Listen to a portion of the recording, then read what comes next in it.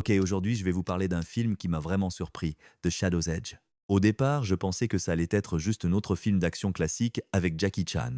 Vous savez, des combats, des cascades, un peu d'humour. Mais très vite, j'ai compris que ce film allait ailleurs, et franchement, c'est ce qui le rend intéressant. Petit contexte, le film est sorti en Chine en 2025, puis en France début décembre. Il a fait pas mal de bruit, surtout grâce à Jackie Chan et à Tony Leung Café, qui apportent crédibilité au projet. Dans ce film, Jackie Chan incarne Wang Tak-chung, un expert en surveillance à la retraite. À Macao, la police est dépassée par une bande de braqueurs intelligence. Ils piratent des systèmes, volent des milliards en crypto-monnaies et disparaissent comme dans un jeu vidéo.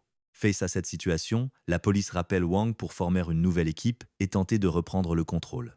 Ce qui change par rapport aux films habituels de Jackie Chan, c'est que l'action brute n'est pas le centre. Ici, on est sur un vrai duel de cerveau où stratégie et anticipation sont essentielles. C'est un affrontement old school contre high-tech et c'est vraiment intéressant à suivre. Malgré ses 60 étançants, Jackie Chan impressionne encore. Il réalise la majorité de ses cascades lui-même, mais d'une manière subtile. Il observe, anticipe, comprend les situations avant les autres et chaque mouvement est calculé. Ça rend son personnage crédible et fascinant. Le casting autour de lui est solide.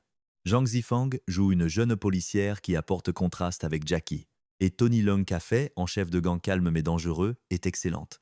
La tension entre ces personnages n'est pas physique mais psychologique et ça fonctionne parfaitement. Le film se distingue aussi par son ton sombre et sérieux. C'est un polar urbain, presque un thriller psychologique, avec stratégie, fusillade et vraie tension. Ce qui me marquait, c'est la façon dont Jackie Chan joue ce rôle introspectif. Il parle peu, mais chaque regard et silence ont du poids.